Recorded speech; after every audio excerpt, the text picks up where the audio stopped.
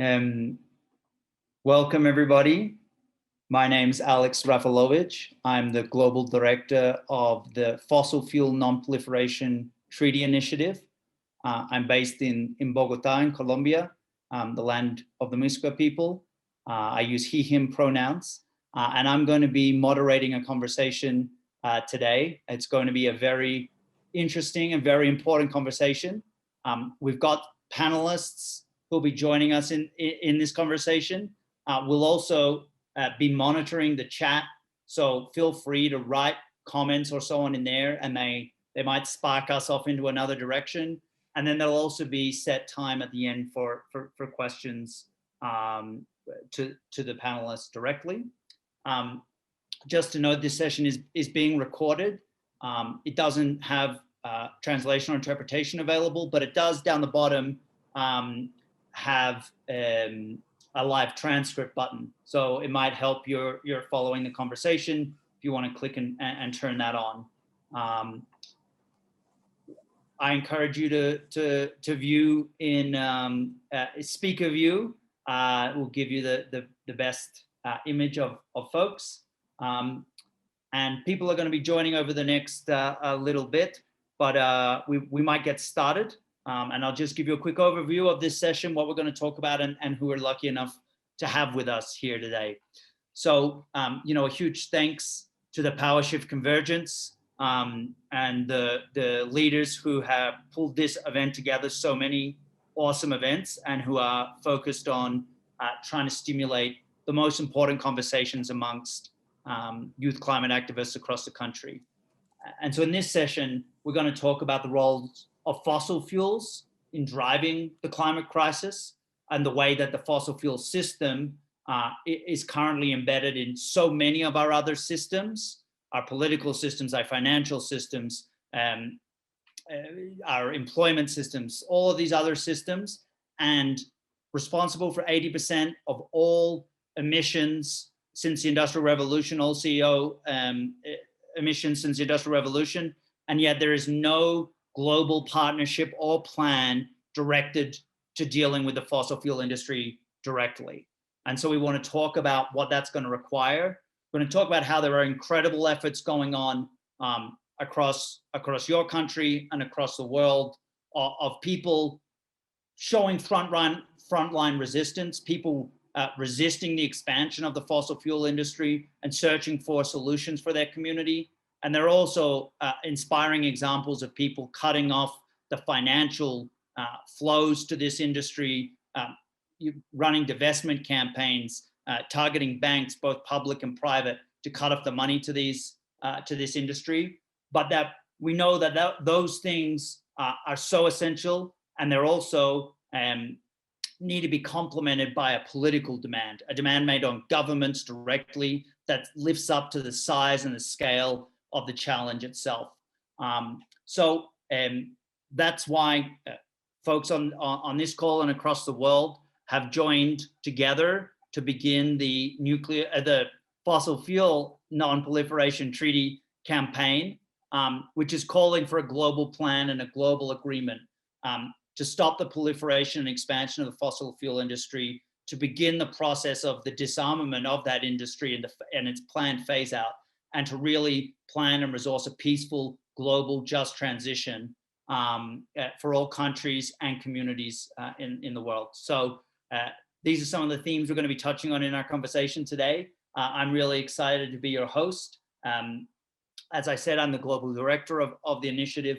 I was previously at 350.org in the global campaigns team. And before that, I was a facilitator of the global campaigns to demand climate justice.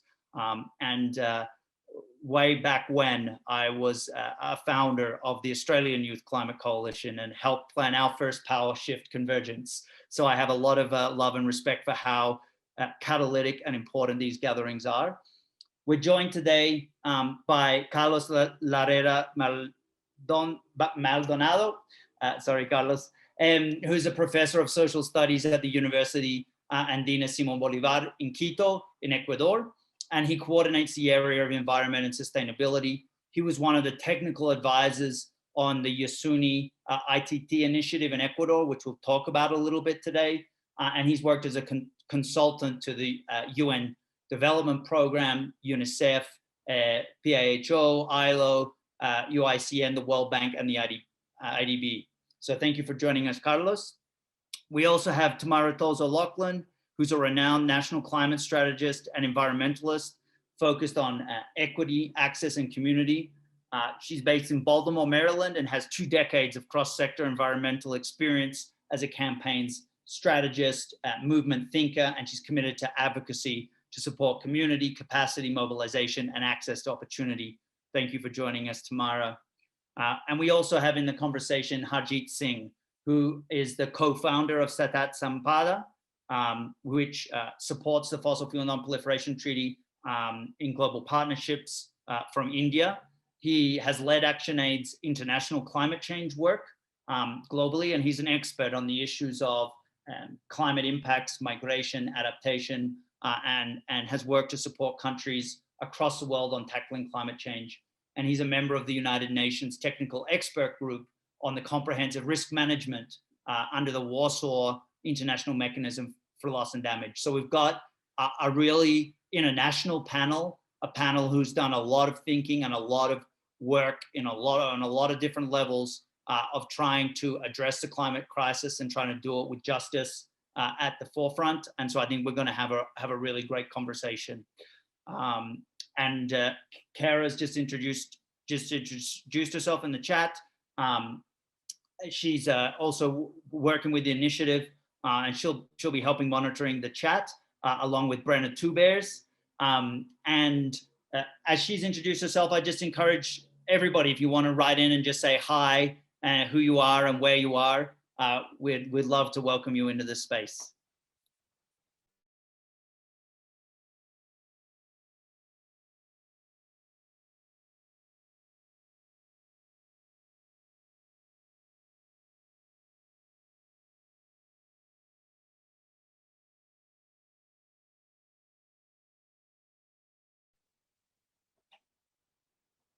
Welcome,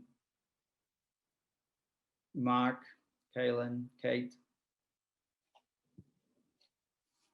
As you're introducing yourself, we might kick off. And the first question I wanted to ask in this discussion was to Harjit, actually, to kick us off with a bit of a global perspective. So last year, the United Nations Environment Program, the UNEP, released its report, which was called the Production Gap Report. And they called for a 6% annual wind down of oil, gas, and coal globally. Do you think that the market will be able to achieve this given the plummeting cost of renewable energy? Or do you think we need to do something else to try and catalyze and force a phase out on that scale, Harjit? Thank you, Alex, for having me on the panel, and it's a great session to be part of. So I'm also very excited. Let me share a couple of thoughts from myself. As we all know, that 3/4 of global greenhouse gas emissions continue to come from the burning of fossil fuel for energy.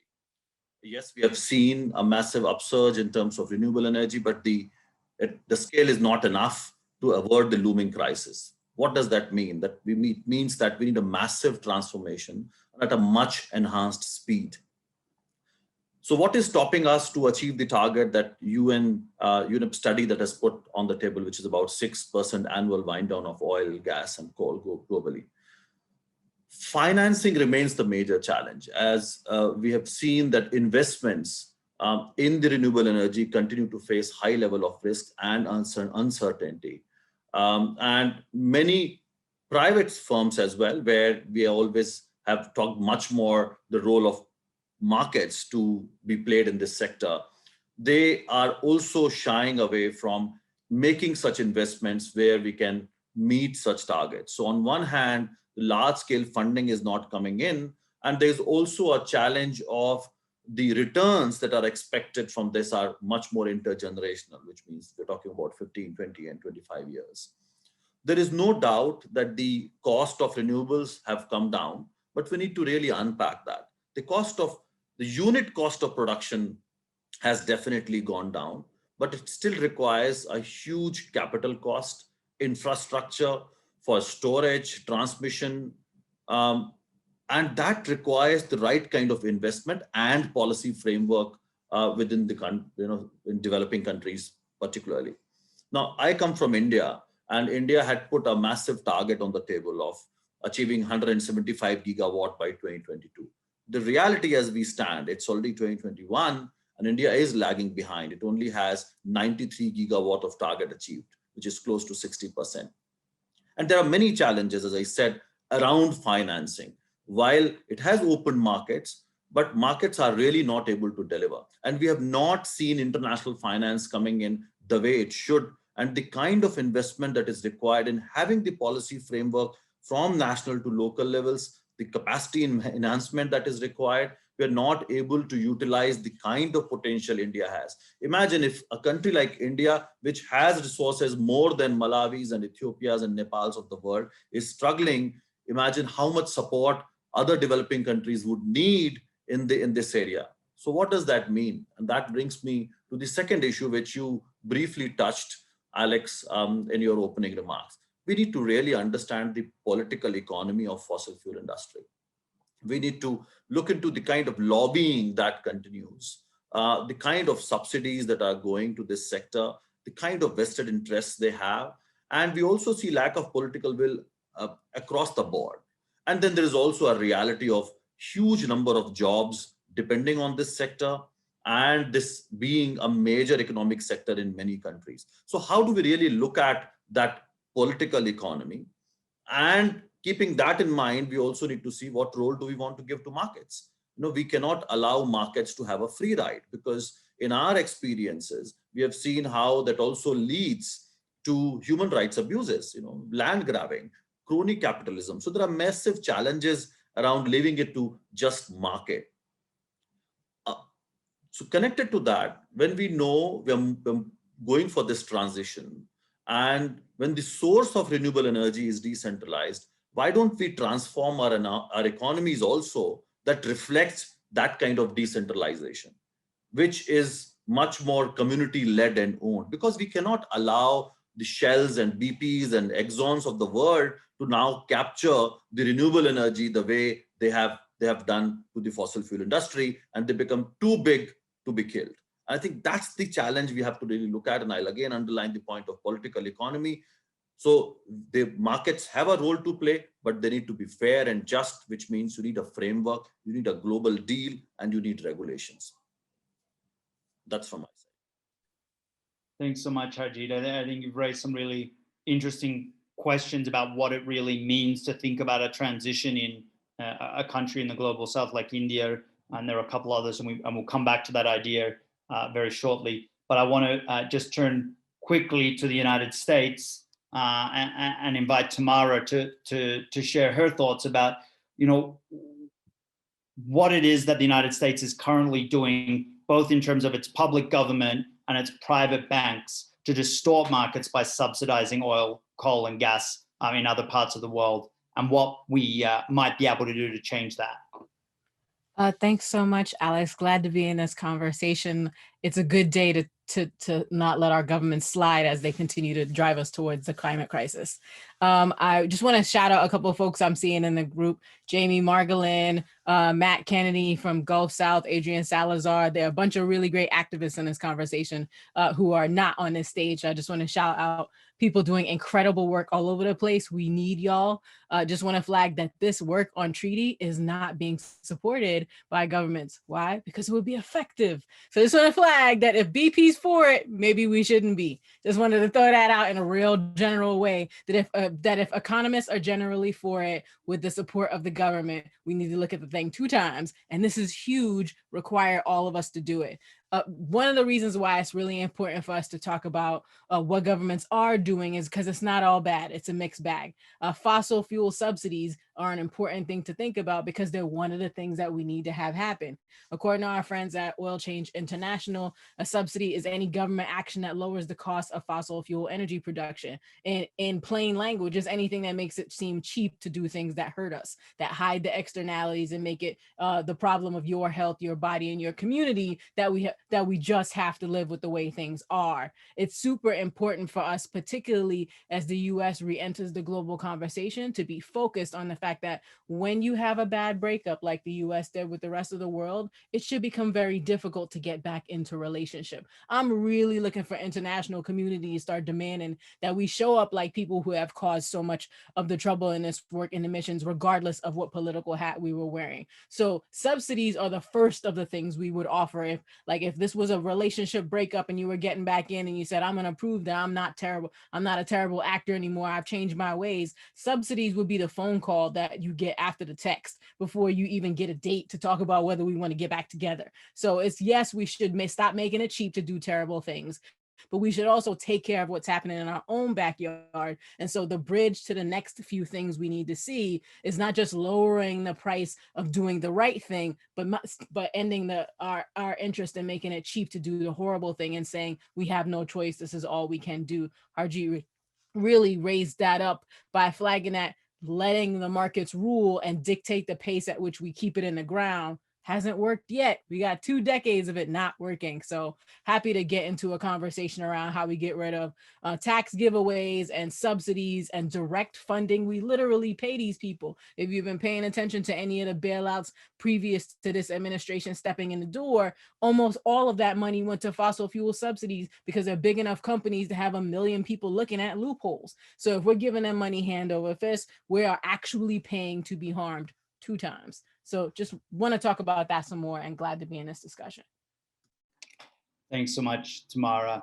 And it's a great kickoff actually for the flip side of this that we're going to talk about now with Carlos, which is about the Yasuni agreement, which was actually a famous example of an attempt by a government to get international support to keep fossil fuels in the ground, to escape the logic of the market. Carlos, I think there might be a bunch of folks who've never heard of this initiative before. So please give us a bit of an intro about it and let us know kind of the logic behind it and then how it went right and how it went wrong. You're on mute, Carlos. Well, thank you very much for the invitation. Yes, the Yasuni ITT initiative is still the most important international agreement ever signed between a national government and, in this case, the United Nations Development Program, in order to keep fossil fuels indefinitely underground in a particular biodiversity hotspot in a developing country. As such, it is still the most important. It presents a very important precedent, a very important actually treaty signed by the United Nations with a particular country to expand the landscape of mitigation actions in order to fulfill the very difficult goals now in the Paris Agreement. Actually, the initiative didn't achieve its goal. It was canceled by the Ecuadorian government in 2013, so it is not active now, but it is a very important precedent about what to do.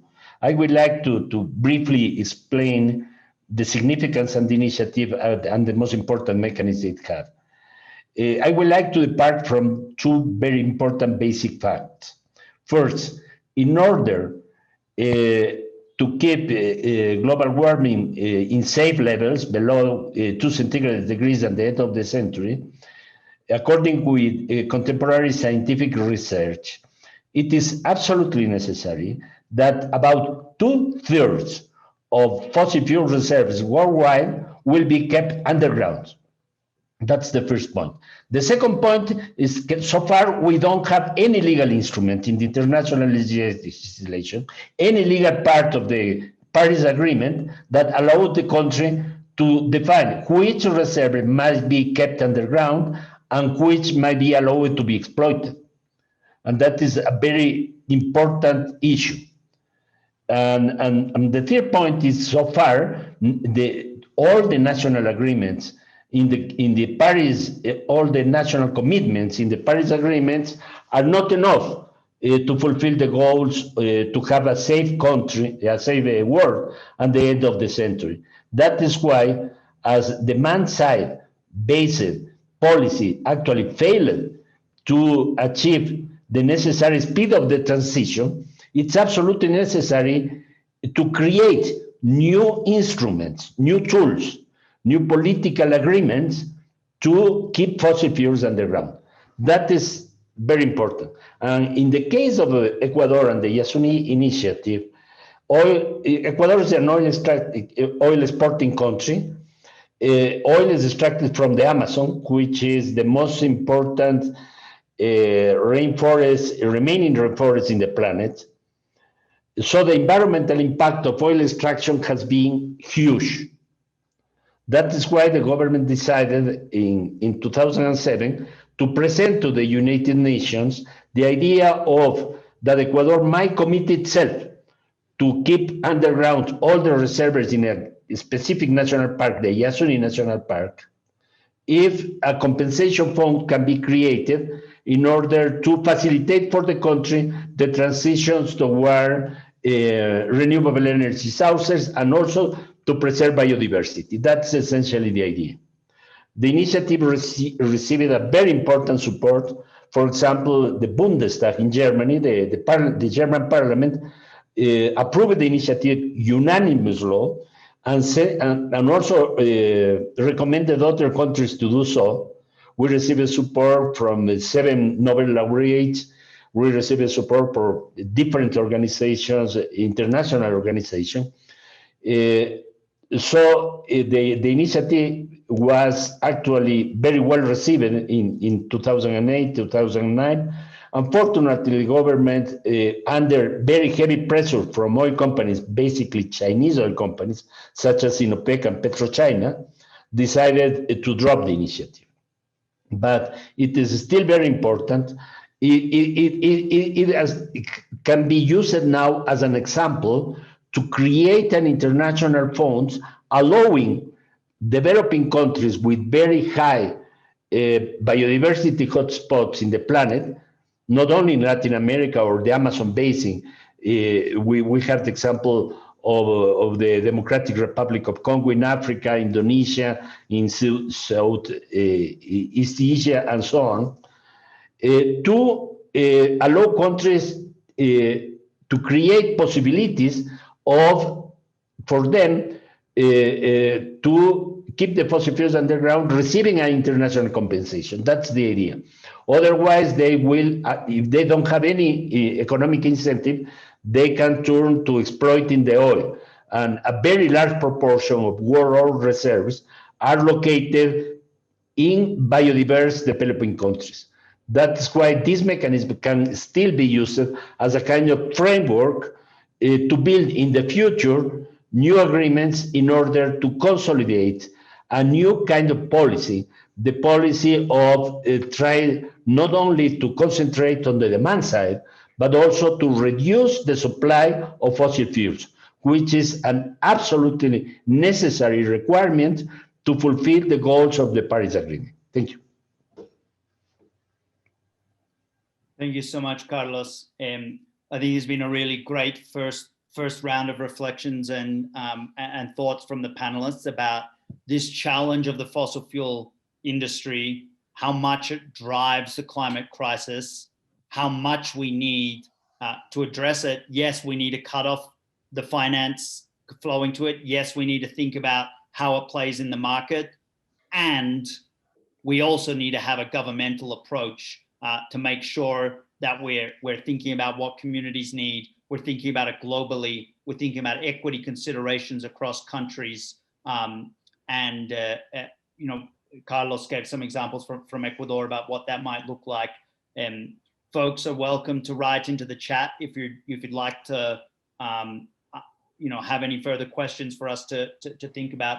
I might come back to you, Harjeet, thinking about the global transition away from fossil fuels.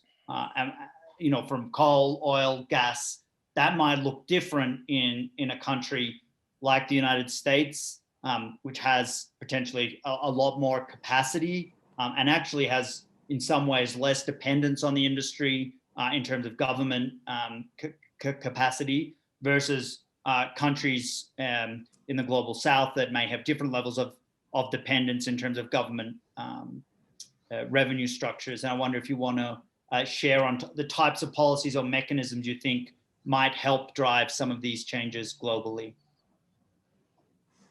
Sure, Alex, and I'll also connect with what Carlos said, some brilliant points to really build on and connect.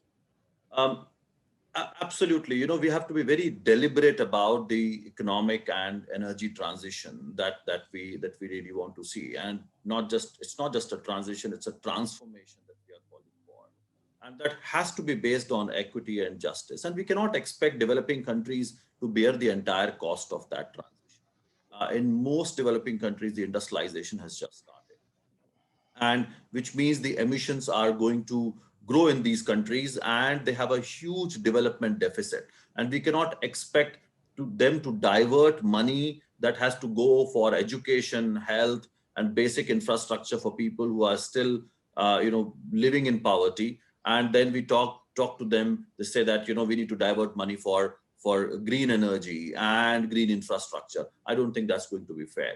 And the example that Carlos gave of Ecuador, if you want them to keep coal in the hole and oil in the soil, you also have to compensate, because if they've got those resources and if they start exploiting that would be a disaster. But at the same time, when they have that kind of a development deficit, how do we work as a global community? And that challenge is not just between countries, it's also within countries. And again, I'll give an example of India. There are many coal producing states. There are states, which means where mining happens.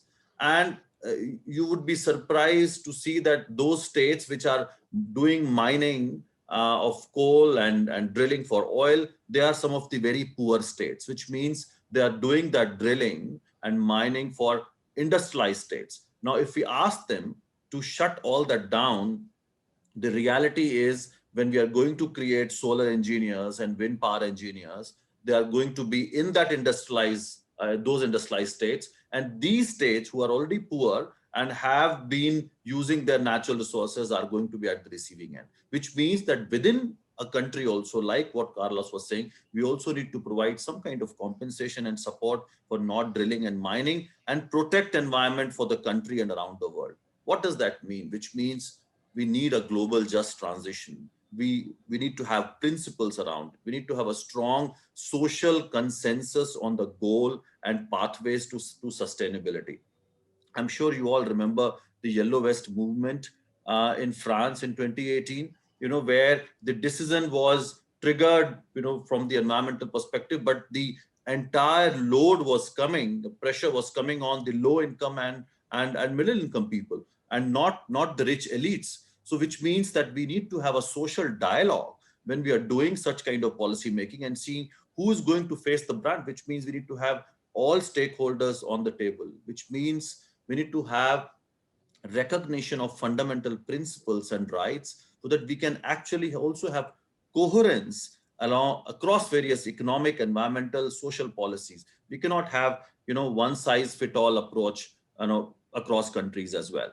So while we need a global just transition framework, but the way it is implemented is going to look very different at local, subnational and national levels. And that's why we really need to have a space for that kind of conversation where we talk about international cooperation, where we talk about some of these models, and where we can actually support some of the good practices as well, like social protection. How do you ensure that while you're doing these transitions, you still adopt and promote international labor standards, because that's, people are going to be massively affected. So there's a lot that needs to happen. How do you create eco-friendly job sectors, where mining has been going on? How do you do reskilling and create institutions? And all that is going to require massive amount of finance. So, as a global community, I would say we largely know what we need to do. What we need is a political will and money behind it to make that happen. And then, of course, those details can be worked out as we start working with communities who are going to be affected. So it's really a very exciting time where we have seen some kind of political will, and I'm glad that US is back in action and so many activists have joined this conversation. So there's a lot that we can now achieve together as a global community. Thank you, Harjeet. And in terms of thinking about this achievement, coming back to you, Tamara, you've obviously been involved in the divestment fights, in the finance and bank fights as well, and kind of why you see this demand for a global treaty addressing fossil fuels as a complement to those issues. Thanks, Alex. Yeah, I think it's really important to flag that fossil fuel divestment has gone great. It's one of those things that pulls in folks who didn't realize they're being conscripted into working against themselves, right? So if you go to an institution or you have a pension or you're a pensioner and those things are spending money against or betting against you, you are now empowered to flag that and get it to stop. The thing that this work does, lifting up the treaty, the idea of a global registry, the idea that we have to put the just transition into more than just campaign principles and start putting boots on the ground to do it, thinking about the information, sequencing what things can be moved in a way that respects what Harjeet raised, which is that people live in petrostates. People live in places where the only business that there is doing this work, and their entire life is wrapped up in a thing that we can all agree is going to accelerate the pace of the climate crisis. So if we're flagging that we need to really do a just transition, that means we have to own the idea that disentangling the lives that we have told people are standardized and norms is a part of doing that work. And it is a complement to divestment, because divestment focuses on people who already have assets. The treaty is about people who are not already invested. I can tell you as an American, we have nothing. We have debt where our parents had opportunity. And even if those opportunities were de minimis, there was at least an idea that you could buy into something and then have assets. We have school debt. We have community debt. We have people who are extracted from our communities the second they get the opportunity to build any wealth whatsoever. So given that this generation and the generations to follow are showing up with a lot of debt, it's really important to build campaign practice that sequences the idea that we will become stranded assets if we don't get a real accounting of what they are and start to put that into play. So behind yelling for a just transition, we need to show up with the goods, which is every single country putting their dirty business in an open log, whether you are deep in Ethereum or Bitcoin or any of those things. The idea of an open source ledger that tracks all the things that we are doing wrong gives us the opportunity from every angle in every country to look at what the biggest emitters are and then make plans with the communities that are going to be impacted to move them off this bad stuff that we have promoted as good every minute until 5 seconds ago. So I do think that these things have to happen at the same time, with the idea that if anybody else is going to be discomforted, it's the comfort class. It's folks who already have assets. They're the ones who are going to have to quickly shift out of what they've been living in to make room for the rest of us to survive. Thanks, Tamara. And Carlos, I might come back to you, because I know that you research a lot about international mechanisms for keeping fossil fuels in the ground. You obviously talked about the Yasuni experience, but I wonder if you could share a little bit about this idea of climate for debt swaps and what those mean and why they might be a part of the international system's response to thinking about keeping fossil fuels in the ground. Thank you very much. Well, this is a very important way in which we can also try to provide answers to address the current problem of increasing international inequality as a result of the COVID crisis. The COVID crisis created a lot of problems, but affected particularly developing countries. In addition to the United States, which is not a developing country, which is the worst case in the planet, India and Brazil are the most affected countries by COVID right now. And actually, one of the outcomes of this crisis has been, in many developing countries, a huge increase in foreign debt. That is why even international institutions such as the World Bank, the IMF, and so on, or the Development Bank of China, will have very serious problems in order to reimburse these credits. So as a result of that, a huge debt crisis might emerge in the next years at the worldwide level. That is why it is very important to try to create a mechanism to facilitate the payment of the debt, and at the same time create transition for a post-COVID recovery that might protect nature, and particularly avoid deforestation, which is one of the causes, one of the most important factors, one of the drivers of this transmission of viruses. That is why in the case of the Amazon countries, and particularly in the case of Ecuador, we elaborated a debt for conservation swap that can be managed with China. Ecuador has a huge debt with China, with more than $5 billion, which is very high given the size of the country. In order to make this debt feasible to be repaid, we are proposing a swap from debt to conservation in order to drastically reduce deforestation. Deforestation in the Amazon is strongly linked with extractive activities. In countries like Colombia, Ecuador, Peru, Bolivia, oil has been one of the most important drivers of deforestation. But deforestation is creating a very serious problem because the survival of the Amazon rainforest as an ecosystem is jeopardized now. We are very close to a tipping point in which the rainforest can be becoming to disappear itself given the lack of rain.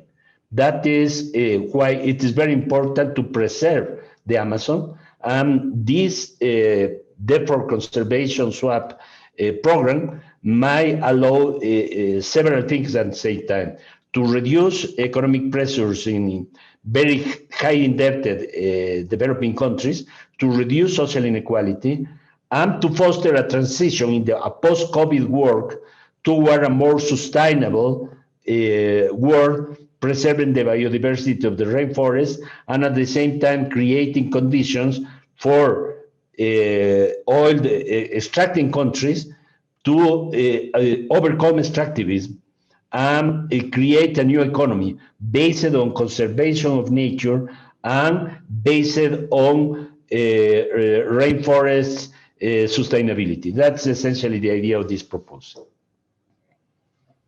Thank you, Carlos. It's an exciting idea that's hopefully gaining some momentum in the international system, and some of the comments in the chat made me think that maybe we should also just take a moment to reflect on a current idea that is very mainstream in climate discourse at the moment, which is the idea of the net zero goal, that somehow the net zero goal by 2050 is acceptable, or that's the right type of target to have. I wonder if each of you, from your perspectives, want to offer problems you see with that, and why you think actually focusing on the fossil fuel system directly might be a better alternative.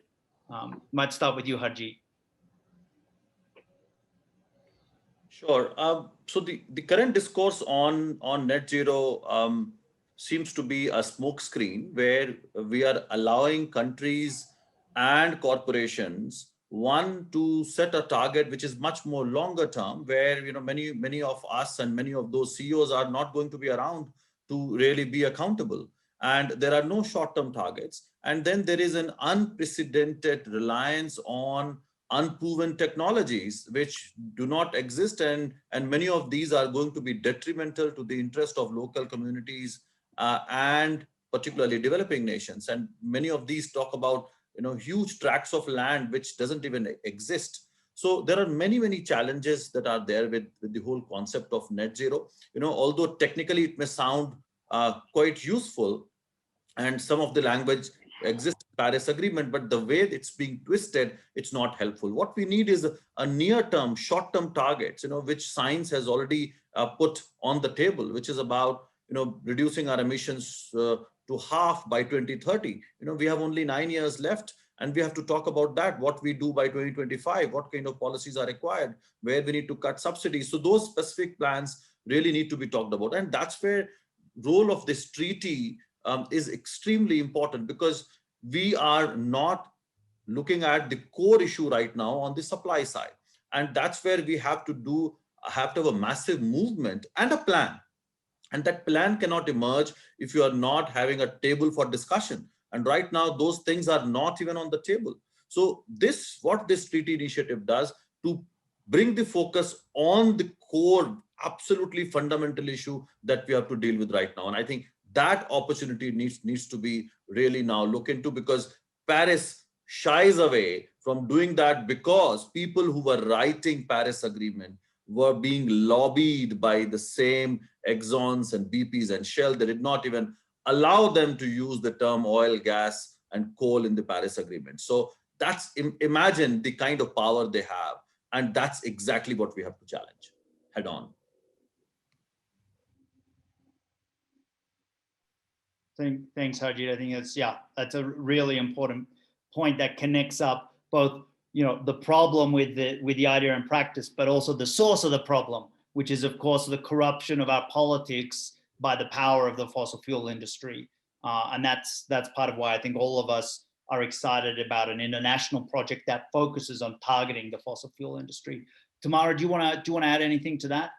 Yeah, I mean, I'll double down on what Harjit said, and I will continue to be quoted on this, that the Paris Climate Accords were a promise ring, and it's time to get married to keeping it in the ground, right? We're not going to do it with what we already have. It's time for us to build vehicles that move all of us into the conversation.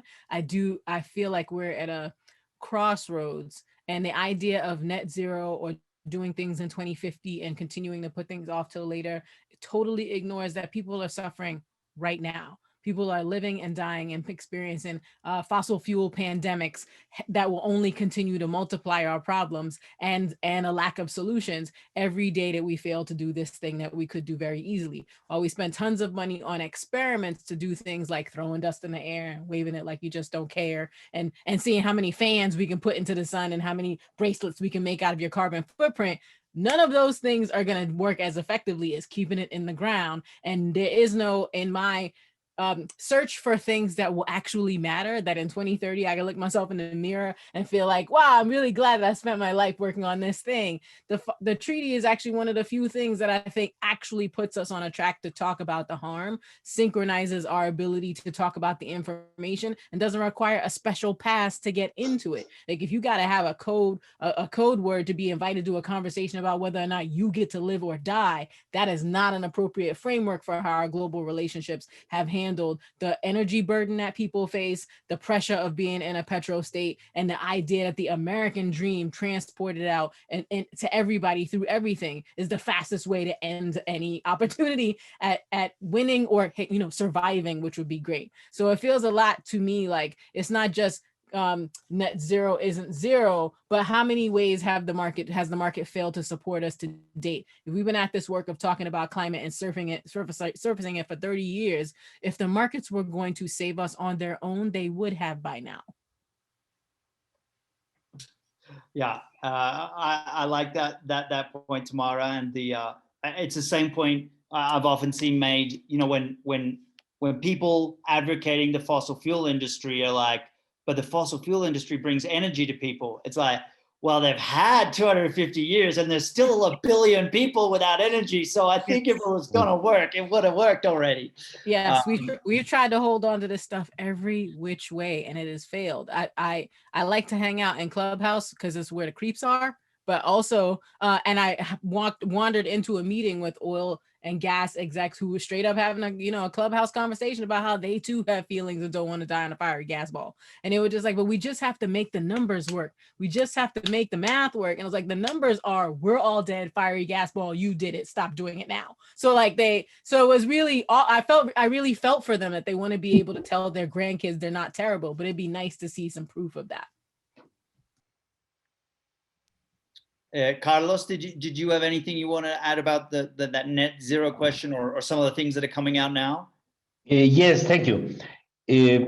It seems to me that in the last year we have a very important advance in the way in which we can have an important possibility of reaching the goals of the Paris Agreement at the end of the century.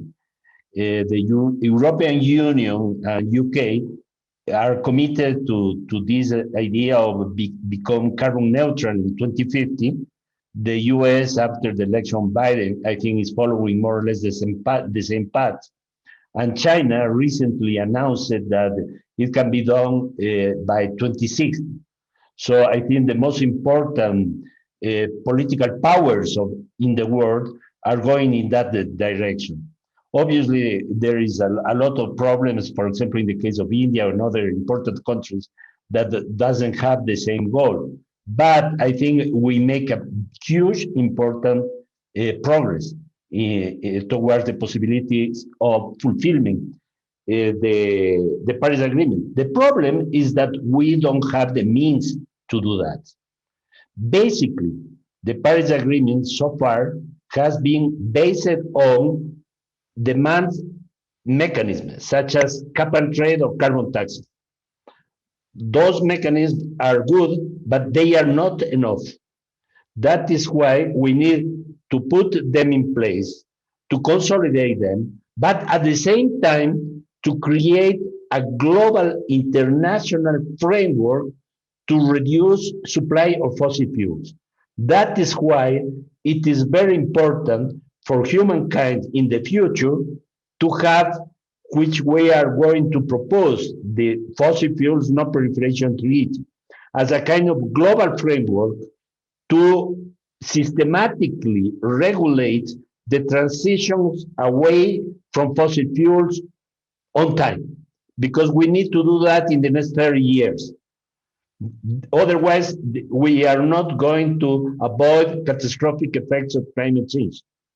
So we need to do it quickly, but we don't have the tools. That is essentially the problem we are facing now. So the most important goal today, in my opinion, in climate change negotiations is to consolidate supply side mitigation mechanisms. And the framework of the Fossil Fuels Non-Proliferation Treaty initiative can be a very important way in which we can achieve this goal. Thank you, Carlos. So that's a good point maybe for us to return with some more specificity about what we mean when we talk about the Fossil Fuel Non-Proliferation Treaty. I introduced the idea at the top of the session. It's an idea that unites the four of us presenting here, as well as over 300 organizations from across the world. It's a civil society initiative to campaign for a global treaty focused on fossil fuels. It's already been endorsed by the cities of Vancouver and Barcelona. It's coming up for a vote in Los Angeles this week. It's in committee in New York and in Amsterdam. There are several Swedish cities considering it. 2 former coal mining towns in the UK have endorsed it. It's trying to do 3 things as an initiative.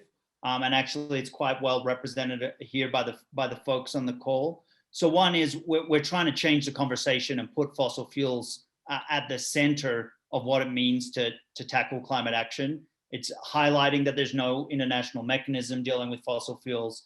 It's putting pressure on all governments to think about what do they need to plan for the transition away from fossil fuels. And it's trying to equate the fossil fuel industry actually with the nuclear arms industry. That's why we chose the non-proliferation name, because it sounds like the Nuclear Non-Proliferation Treaty.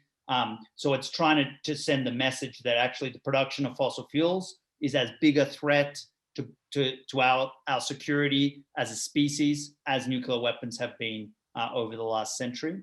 So that's one piece of what we're trying to do. Another piece is we're trying to build the real political pressure to have government policies on fossil fuel supply. So whether that's at the city level, so that's why we're campaigning to get cities to endorse it, or whether it's getting some nations to collaborate together. bringing the idea into the UN, wherever it is.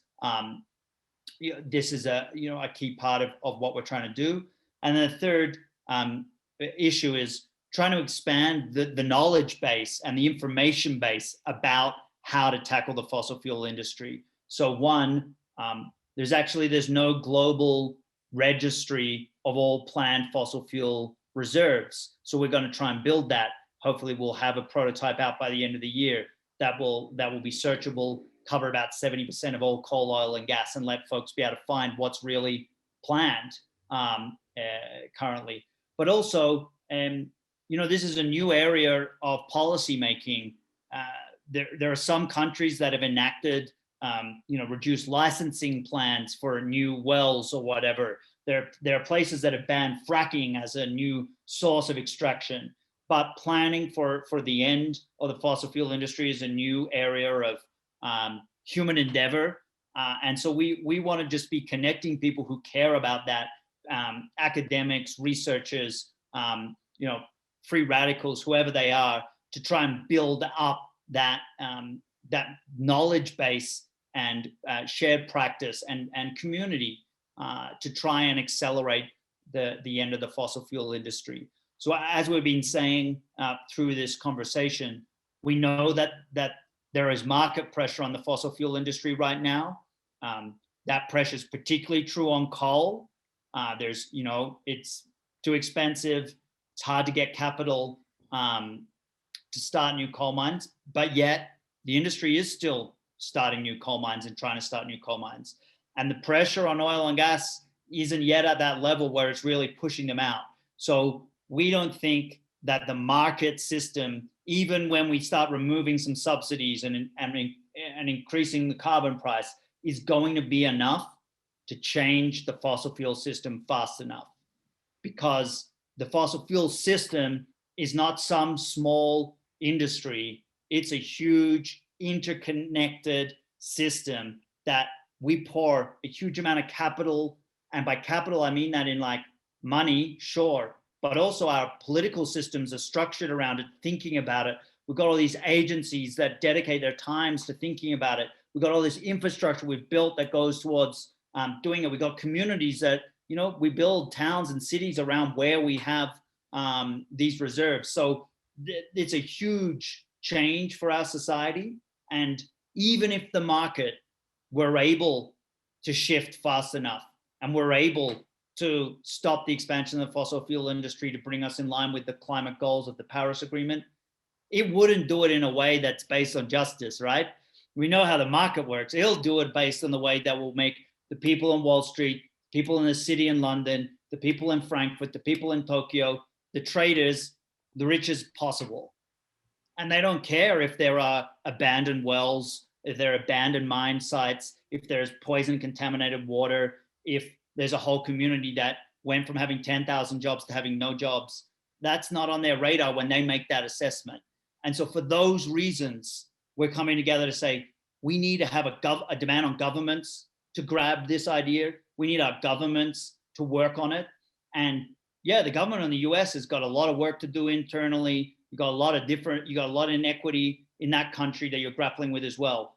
But that's one part of a huge global system of inequity, of the whole legacy of colonialism, of patriarchy, of white supremacy that is replicated in so many different settings that unless we come together as a global community to address it, we're only going to make it worse. So that's why so many of us have come together around this idea of calling for a global treaty on fossil fuels. We're optimists. We do believe we'll see this in the coming years, and we also aren't naive. We're not saying, well, we just need to wait until we have a treaty and nothing will happen before then. What we're saying is a global treaty reflects what states do. It reflects state practice. So the first step to getting a global treaty is getting individual countries to act and take up these policies and to make these demands at international forums. And by doing that, we're going to create the political conditions, we think, that will lead to a global treaty down the line. So I wanted to invite the speakers in our last round before we formally open the questions in the chat. It's just if you have thoughts on like what's the next thing that you're doing in terms of campaigning and promoting for a global treaty to phase out fossil fuels. Each of you do slightly different things, and it'll be great to share how they add up. Tamara, you want to go first? Since I spent so much of my time in this box, I was just chatting in the comments and saying that, yeah, I mean, the question is, you're either at the table or you're on a menu. In this context, that translates to us either putting our governments on a schedule for a just transition, making them show that they're actually doing the work to avoid our communities becoming stranded assets, or we let them play it out on their timeline where they make money hand over fist on our births and our deaths and everything in between. So either we put them on a schedule or we are already on their schedule. This is not either or, like we either doing it one way or another. And given that governments are supposed to work for people, it's on us to push them. So if of all the things that I care about, most of the stuff I live for are things that are very difficult to pull off and require a lot of people. One reason I'm super focused on treaty, and even a treaty as a function of how we get climate reparations, is because it is important to me that we start to set up the schedule and agenda for getting off of this filthy stuff, because there is no one who's going to come and do it. If you aren't planning on doing it, and I'm not planning on doing it, only thing that's getting planned for is how easy it will be to bury us and put other people in our places. Carlos? Yes, I would like to emphasize that if we are going to get rid of fossil fuels in about 30 years or so, that is the only way to overcome the most dangerous effects of climate change. We can do it in two ways. The first is only based on market mechanisms. And in that case, the reserves that are going to be exploited are the ones that have the lower extraction costs. For example, in the case of Saudi Arabia with oil, and the market is going to decide which reserves are going to be exploited and which reserves are going to be kept underground. And that's a very difficult problem because we are ignoring the huge environmental impacts of oil extraction. We are not accounted by market mechanisms. For example, in the Amazon, we can have low extraction costs, but huge environmental impacts.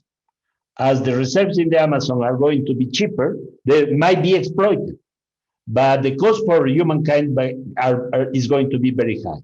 So market mechanism doesn't take into account the negative environmental impacts of fossil fuels extraction.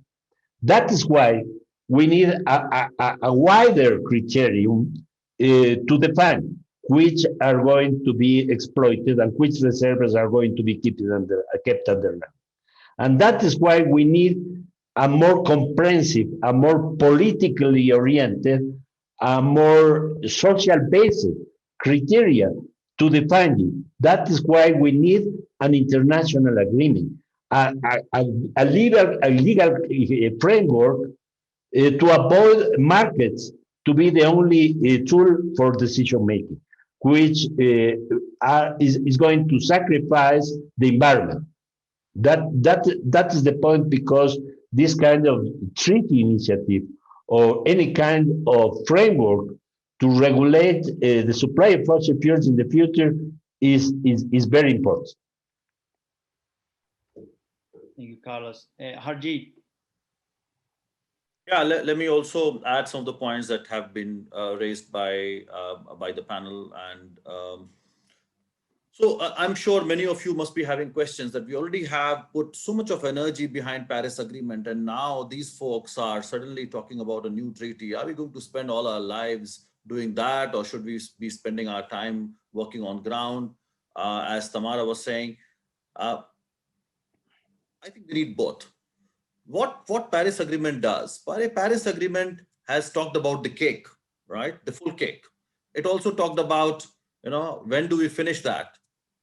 2050, there's an indication for that. And it's very convenient for many political leaders because there are certain things that it does not talk about. These are how to cut the cake, who should take how much responsibility, and who pays for that. Now, because those three fundamental questions are not there, it's so convenient for political leaders to continue saying, let's do it.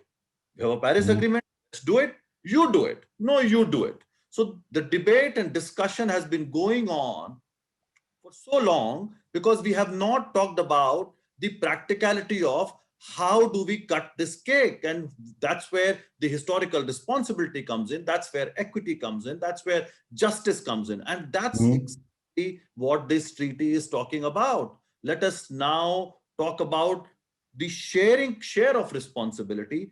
It's not just about the moral aspect, it's also about the practical part. And that's why we have to help economies. Pacific nations need very different kinds of solutions. Countries who depend on tourism, imagine how they are affected by COVID. They have to rethink their economies. They have to rethink how it works for them in a new world that we are talking about. Workers have to find new jobs. You have to have massive programs on reskilling. And it's, again, I would repeat, it's not one size fit all. And that's where what Tamara is saying, having all that focus at the local community level. Carlos was giving examples of what would work for Ecuador. This is why it has to work as a movement. While we march towards agreeing for a treaty, those solutions, as Alex said, we have to start now. We have to bring those things up. We have to involve everybody and we create that template, not waiting for our political leaders to tell us the way they created Paris Agreement, which is so incomplete, which is not taking us anywhere, and which is in fact misguiding us, showing us a mirage that something is going to happen on its own. It's not going to happen on its own. We have to make that happen. And this initiative is all about that. Maybe. Thank you, Harjeet. Are there any questions from folks? There's been a lot of content shared on a lot of different issues, and we're really happy to dive into some of that detail if there was something you want a little bit more info on, or something that like didn't make sense to you, or you want to trial your own analogy. All of these things are welcome. Grace has asked, how can we help? That's an awesome question. Tamara, would you like to jump in on that one? Yeah, I think it depends on where you are, but the formula is the same. You can join the treaty crew by endorsing as an individual, endorsing through an organization, pushing your local folks to do something about it. Seriously, there are opportunities as people are going out trying to trot out their version of a Green New Deal. This fits into that conceptualization as well, whether that's happening at the local level or the municipal level. There are things that your community can do to protect your health and safety at that level that cannot be done at other levels because the folks closest to you in terms of authority have some responsibility. So it'd be super great to see some ordinances, some demands popping up, and some resolutions at the local level of folks saying, I want my community to be a part of the solution and not the problem. Also, get in contact with any of us. There are tons of different activities, actions, convenings, these sorts of things that we are supporting folks on the ground who are already working on things to add this to their portfolio. So if there's a group that you are already in, a Sunrise, a 350, a Friends of the Earth, any of these groups, these are folks who have signed on in various capacities to this effort, but they need more people pushing for us to be able to do it. Also, it's Climate Week. So be loud everywhere you possibly can about what's missing. If everybody's talking about demand side, which is you using less instead of governments making it less likely that the use is tied to terrible things, then start critiquing what's about to come out of all of these governments as they pat themselves on the back all Climate Week long. Heckle them. They listen to that because all politicians assume you are happy if you are silent. So don't be silent. Thank you, Tamara. And there's a note in the chat as well that there's also a youth space. So a couple of the Fridays for Future activists globally, one from the Philippines and one from Switzerland are co-convening a youth space where only young activists are to help define what it means for young people and this generation's activists to campaign on treaty and to think about what projects work and also how they can demonstrate solidarity across countries in the youth place. So if you're interested in joining that, please do email Brenna at climateaccess.org. That's in the chat, and she can make sure that you're linked into that youth space as well. Carlos or Harjit, is there anything you want to add to that? Because we've got a big question from Adrian in the chat coming up too. I think it's better to allow people who are participating here to make questions and so on. Yeah.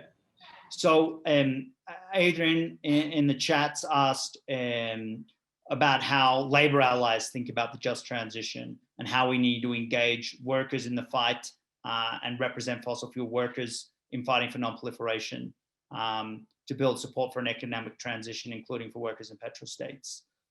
And there are a lot of different elements on that, but I think it's a really strong one. Maybe Carlos, would you like to share experiences from Ecuador about how workers in the fossil fuel industry responded to the Yasuni proposal, for example, and then might come to you, Harjit. Okay, thank you. In the case of the Yiti Initiative and other environmental projects in Ecuador, I think it's very important to have a strong participation from both local governments and the civil society. I think that's very important. I'm going to also to bring the very successful experience that Brazil had during the PT administration in deforestation reduction. Actually, Brazil is the largest polluter in the Amazon basin, but between 2005 and 2012, Brazil achieved an 84% reduction in deforestation rates. And it was a very interesting example because it included a strong international cooperation. Brazil actually received $1 billion, mostly from Norway and Germany, in order to do that. A very, very strong participation of the civil society, the local governments, state governments, and so on. The creation of the Amazon Development Fund was a very, very important and in addition to that, a strong commitment from the federal states. That's very, very important. So I think we need three elements. A strong political leadership from the state, one. It can be a national or a local state as well. Secondly, a strong participation from the civil society, particularly the most affected groups. In the case of the Amazon, are indigenous populations, indigenous cultures. Yeah. And third, I think an important support also from grassroots organization and environmental movements. I think this is the kind of alliance that is necessary in order to overcome the very important economic and mostly political power of the fossil fuel industry, which Alex was talking about. Because I think if fossil fuel extraction is globalized and very powerful, we need to counteract it with a globalized and powerful movement coming from below and also integrated into the international cooperation. That is the kind of integration that it seems to me that it is necessary to build in the future. Thank you, Carlos. And I think it's also a case that workers in the sector have a diversity of opinions about how we need to address and grapple with this. I know, for example, here in Colombia, the Oil Workers Union has endorsed the campaign against fracking, which would be, a normal step forward in terms of constraining the expansion of the fossil fuel industry. Similarly, I know that there's a union connected to the coal miners in the Hunter Valley in Australia, which is one of the biggest sources of coal in the world, that recognizes that the coal industry will end, and its demand set is around the plan for that transition. So there's absolutely agree, Adrian, that we need to find ways of making sure the voices and perspectives of those workers are engaged. Harjeet, do you want to add anything on this question? Yeah, very quickly, I would say the whole discussion with workers still has remained much more at the international level. So the trade union confederations of various kinds have understood this term, and they've started talking to their national bodies. But if you talk to workers on ground, they've really not really got a sense of it. Although the headline of "No jobs on a dead planet," that framing has been there, but it has not reached a level where workers start understanding the threat to their jobs, to the sector itself. And my biggest worry is that if we don't get involved, because there is no meaningful dialogue, there's no social dialogue, which is also has been mandated by ILO, International Labour Organization, and that's not happening. My worry is that the whole transition is going to go unplanned. It's going to create chaos, and this is where the role of youth is absolutely important, because we are talking about jobs as world gets younger. The jobs in fossil fuel sector, in tourism, even agriculture is, all sectors are going to get affected. So how do we really now have, grab the driving seat and actually start talking about this transition and start unpacking what does that entail? Because as I said, it has largely existed at the international level. So there's a huge amount of work that needs to happen locally to define what does that mean for workers in particular. Yeah. I can add super briefly that the fallacy that we find when we get into conversations with our brothers and sisters in labor is that the work that they're currently engaged in will continue, that it won't become impossible to do, that it won't become even more dangerous and life-threatening, that the way that we have failed to support coal workers in any form of transition meant that their lives were shorter than they needed to be, harder than they needed to be, and that they weren't protected even while they were working. So I think it isn't about converting our family in the labor space, but about highlighting the injustice that's actually happening by continuing to pretend that the status quo is not already changing. We are not changing the conversation by demanding that more people are cared for. We are actually doing the thing that is harder to do, which is flagging that feeling okay in the bottom of a pot as you are boiling is not the same as actually being okay. And that for people who are in rigs, people who are facing dangerous conditions, when the US government cannot make plans for its war games because climate change is changing the way that you can make plans about anything, we are not in a safe space to keep doing the same thing. So keeping it in the ground is the safer thing that we can do, retraining people through activities like the Thrive Agenda and even Biden's infrastructure plan, which wants to put lots of people to work doing things that are not the same old thing. This is the only way we can show and tell people that the status quo is actually deeply unacceptable. So just lifting off that, like, I don't think we have to convince people. We just have to help them to stop looking away from the problem. There can't be high labor standards when there are no jobs. Can't work when you're dead.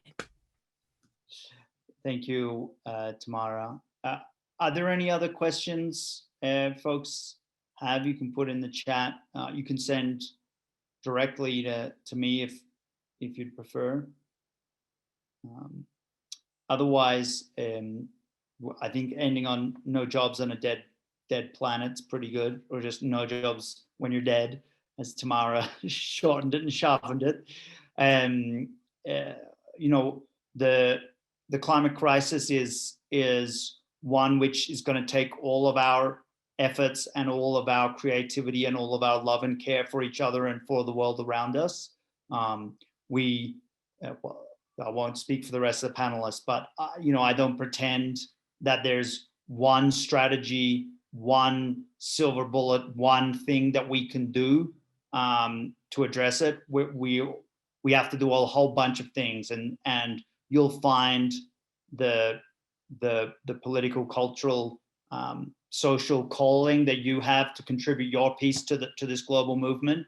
And if some of the discussion that's happened today calls you to help us fight for a global treaty to take on the fossil fuel industry, then I hope you will join us. And you can do so on the website.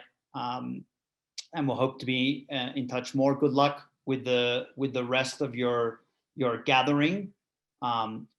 As an initiative, we have 2 more sessions, so I just apologize, but I'm going to plug them. They're both on Friday, the 23rd. One's at 12:30 p.m. Eastern, which is called Building Power After Biden's Climate Summit, a Global South perspective. So we'll have some more folks from the majority world come in and talk about their perspectives on the Biden summit. And then in that afternoon at 6:30 Eastern, really directly about the treaty. Do we need a global treaty to manage a just transition? And so we'll maybe be able to continue some of those conversations that we just started there. But we a slightly different panel and makeup, so we hear some different voices. So hopefully you can join. Thank you again to the PowerShift organizers. It's been a great conversation, and good luck with your struggles. Ciao.